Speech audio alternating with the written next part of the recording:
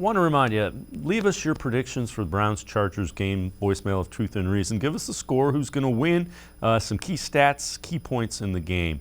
All right, let's head back to the voicemail of Truth and Reason. This one about late games for the Browns this year and Jacoby Brissett.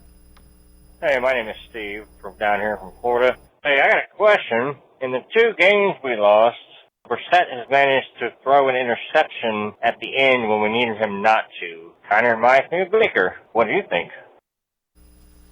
As always, appreciate all the voicemails. Quincy, I don't know about you. I think it's very different. Those interceptions were very different.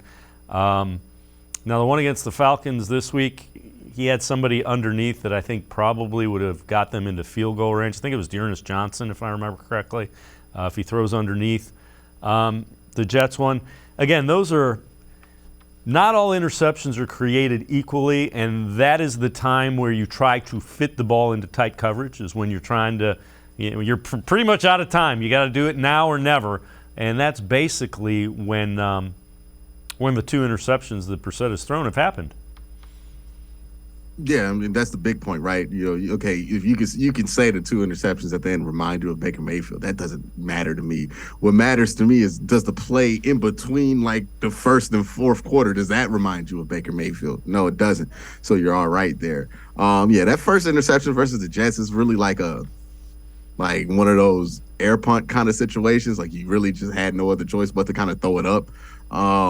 And the one he threw against the Falcons, that was a bad interception. Like, I think he went to the backside for whatever reason, threw it into a bad window when he had some other windows that would have made more sense, even if he was trying to be more aggressive. And that's a throw that he's going to want back. But, I mean, like, I would caution Browns fans to do this thing. Like, we see Baker Mayfield has the 33rd QBR right now in the NFL. Why are we comparing anybody to him right now? Like what is the good in that? Like, Baker Mayfield ain't going to help you.